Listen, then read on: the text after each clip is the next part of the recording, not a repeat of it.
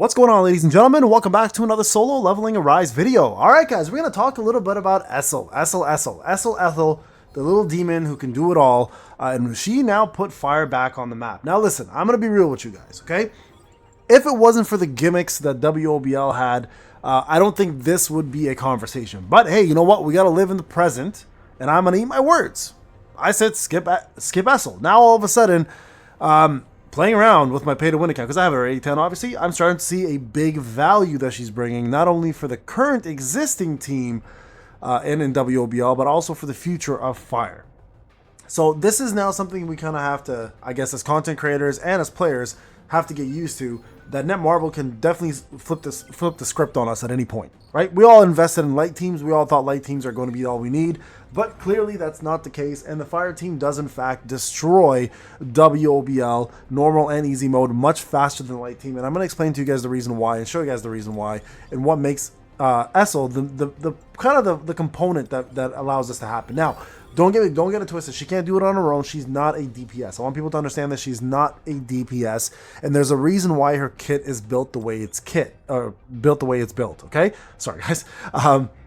And the reason why she has so many, and when we saw this in the live streams, all of us were like, this is crazy. So mid. And honestly, it starts to make more sense now that we get to use her and why she's built the way she's built. There is a specific reason. We're going to go over that, and we're going to talk about her rotation and why you want to use her. Now, I actually had a quick chat with Zaf, and Zaf was like, oh, you're all right. So we're on the same page now. I want to make sure that content creators understood the concept here, and then we're not going off of each other in different directions and screwing people up. So the reason why you want to use her a certain way, and the reason why she's making the fire comp so powerful now, is because of a specific buff or debuff that she causes, okay? Now, the way you want to play her is a little bit different than most breakers. You actually don't want to break very quickly. And shout out to, I think it was Alice something on my comment section who first said it to me, and I'm like, oh, okay, I never had a chance to actually play her this way because I just broke things way too fast. So now I actually went back and played around and realized, oh, this person was correct. And a shout out to you. I'm sorry if I forgot your username. If you hear me,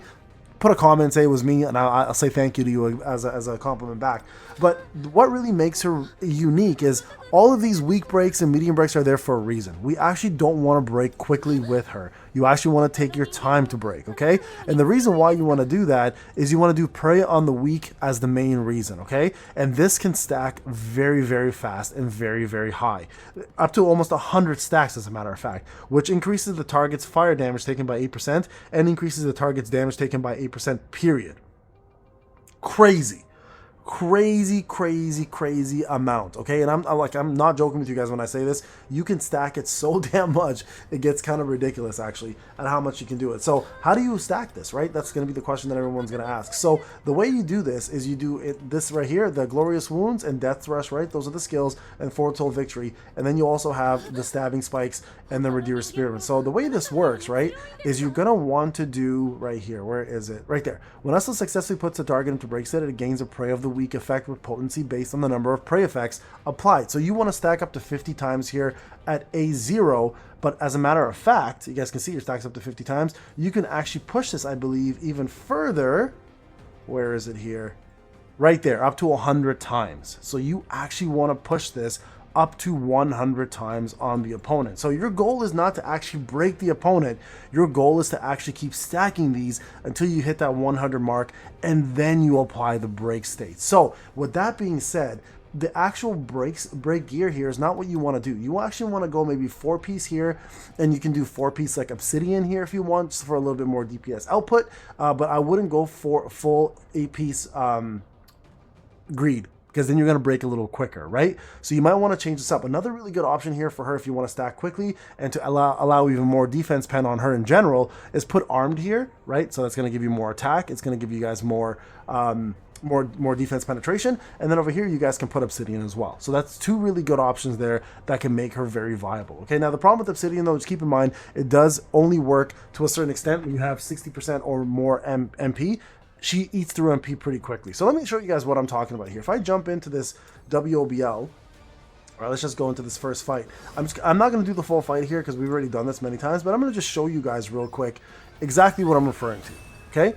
When it comes down to stacking. Now we're gonna see the stack together, and you're gonna see how this all functions. Now, all right, guys. So let me show you how to get the 50 stacks, and hopefully we get to the 100. Okay, so here's how you want to use Esil. You don't want to break the boss too quick, and the reason why she has a lot of medium and weak breaks is because you want to take your time. So a couple ways to get Prey of the Week on the boss. You guys see the second skill right there activated a few of them, but it has a cooldown. So the other way to do it is you literally just do perfect evasion. So here, evade, evade, evade. Now watch what happens. See those arrows that just went to the boss's directions? It hits everybody with that debuff. So if you're not able to continuously do your second skill, which you don't want to do all the time because then you'll break the boss too quick, you do this skill instead, okay? So you quickly do the skill right here that you're looking at, and that is the evasion.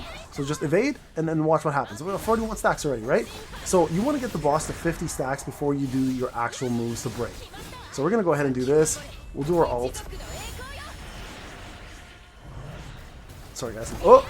Almost got hit there. I didn't realize that's happening. Okay, now we want to actually break it, okay? So this is where breaking actually does matter. Alright, let's see here. There it is. There's the break. Now you can push this to 100 at this point if in the break state, okay? There's 55, you see? 65, 75, 8, like you can keep going, but it has to be in the break state. So that's where you have to save your MP and save your mana for that point. If you get that to 100 stacks, guys, you are going to be destroying opponents like there's no tomorrow. Like, we're only at 65 right now, and I'm already going to be shredding this guy alive.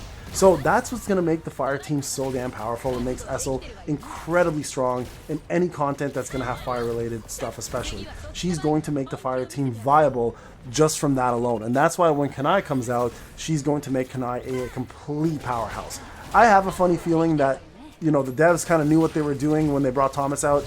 They knew how, by not nerfing Thomas, it was the smart idea because we weren't going to be mad, but they knew ways around making him too OP, right? And this is an easy example of doing that.